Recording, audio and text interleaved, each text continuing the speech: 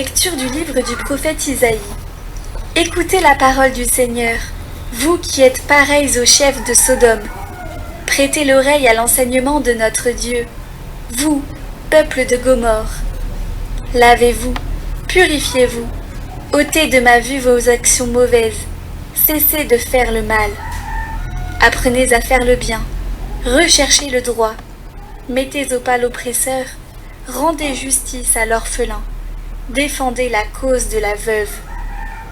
Venez et discutons, dit le Seigneur. Si vos péchés sont comme l'écarlate, ils deviendront aussi blancs que neige.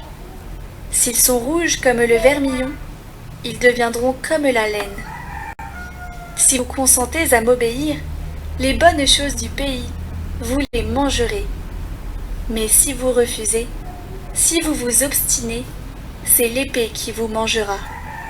Oui, la bouche du Seigneur a parlé.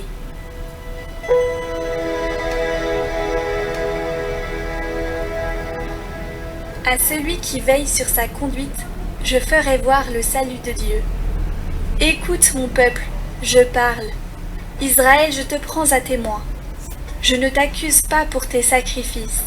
Tes holocaustes sont toujours devant moi. Vais-je manger la chair des taureaux et boire le sang des béliers? Offre à Dieu le sacrifice d'action de grâce. Accomplis tes vœux envers le Très-Haut. Qu'as-tu à réciter mes lois, à garder mon alliance à la bouche, toi qui n'aimes pas les reproches, et rejettes loin de toi mes paroles? Voilà ce que tu fais. Garderai-je le silence? Penses-tu que je suis comme toi? Qui offre le sacrifice d'action de grâce, celui-là me rend gloire.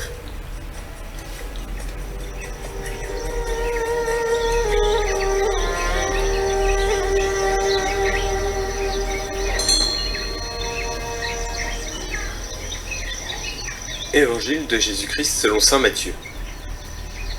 En ce temps-là, Jésus s'adressa aux foules et à ses disciples, et il déclara: Les scribes et les pharisiens enseignent dans la chair de Moïse. Donc, tout ce qu'ils peuvent vous dire, faites-le et observez-le. Mais n'agissez pas d'après leurs actes, car ils disent et ne font pas. Ils attachent de pesants fardeaux, difficiles à porter, et ils en chargent les épaules des gens, mais eux-mêmes ne veulent pas les remuer du doigt. Toutes leurs actions, ils les font pour être remarqués des gens. Ils élargissent leurs phylactères et rallongent leurs franges. Ils aiment les places d'honneur dans les dîners, les sièges d'honneur dans les synagogues et les salutations sur les places publiques. Ils aiment recevoir des gens le titre de rabbi. Pour vous, ne vous faites pas donner le titre de rabbi, car vous n'avez qu'un seul maître pour vous enseigner, et vous êtes tous frères. Ne donnez à personne sur terre le nom de Père, car vous n'avez qu'un seul Père, celui qui est aux cieux. Ne vous faites pas non plus donner le titre de Maître, car vous n'avez qu'un seul Maître, le Christ. Le plus grand parmi vous sera votre serviteur.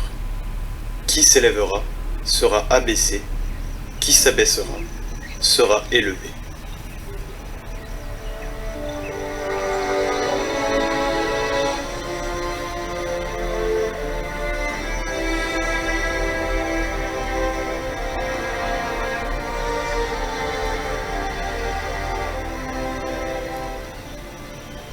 Dieu n'a que faire des beaux discours et des postures. Il ne s'intéresse pas à notre image religieuse, mais à la vérité de notre cœur. Lavez-vous, purifiez-vous, donne Isaïe. Ce n'est pas une invitation douce, c'est une injonction, une urgence. Dieu nous regarde et nous dit: arrêtez de jouer, arrêtez de vous cacher derrière des rites, arrêtez de croire que vous pouvez m'apaiser avec des paroles creuses. Je veux une transformation réelle. Il ne demande pas simplement que nous évitions le mal, mais que nous fassions le bien, que nous défendions l'orphelin, la veuve, l'opprimé, autrement dit, que nous mettions en acte notre foi, que nous sortions de l'indifférence, que nous devenions des êtres de justice. Et si nous venons à lui avec nos mains sales, avec nos péchés, il ne nous condamne pas. Si vos péchés sont comme l'écarlate, ils deviendront aussi blancs que neige. Mais encore faut-il vouloir être lavé. Et c'est là que Jésus frappe encore plus fort. Ils disent et ne font pas, dit-il. Voilà le drame. La religion peut être un refuge pour les hypocrites, un décor où l'on parle bien, mais où l'on vit mal. Jésus pulvérise cette mascarade. Il ne veut pas de religieux en costume d'apparence, il veut des hommes et des femmes vrais. Le royaume de Dieu n'est pas une affaire d'honneur, de titre ou de place. Qui s'abaissera sera élevé. C'est un défi frontal à notre orgueil. Qui veut être grand aux yeux de Dieu doit être le serviteur. Qui veut être digne du Christ doit cesser de se contempler lui-même et commencer à aimer vraiment. Et cet amour n'est pas un vague sentiment. C'est un engagement concret, une lutte contre l'injustice, un choix de vivre la fraternité, non comme un concept, mais comme une réalité brûlante. Car au dernier jour, Dieu ne nous demandera pas si nous avons bien parlé de lui, il nous demandera si nous avons vécu en enfants du Père.